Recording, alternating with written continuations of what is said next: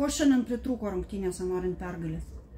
Susidūrėme su stipriomis priešininkėmis, kurios ir fiziškai buvo daug stipresnės už mus.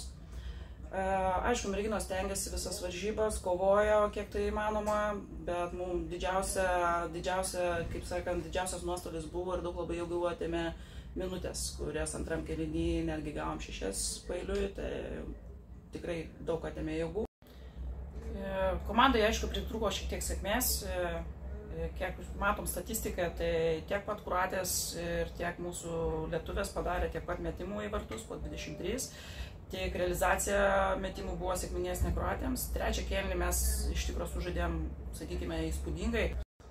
O kiek reikalinga merginoms ta laisva diena? Ar ji gali įtakoti kažką? Merginos, kadangi šiandien tikrai atidavė daug jėgų, mums ta vadinama laisva diena reikalinga būtinai, jog merginos atgautų jėgas, atsistatytų ir pasiruoštų paskutiniam varžybom su Rumunėm, kurios mums tikrai yra svarbios. Merginos nusiteikusios, aišku, kovingai. Vaiva, kas lėmė, kad šiandien nepavyko pramušti kroačių gynybos ir likome be įvarčių? Mano manimu, daug laiko praleidom mažumoj, tai atėmė labai daug jėgų, turėjom daug baudos minučių ir manau, prie to pačio pritrūko sėkmės. Tikrai turėjom daug metimų, jų nepavyko realizuoti, bet mes nenuleidžiam rankų, ruošime sekmadienio rungtynėm ir bandysim jas laimėti.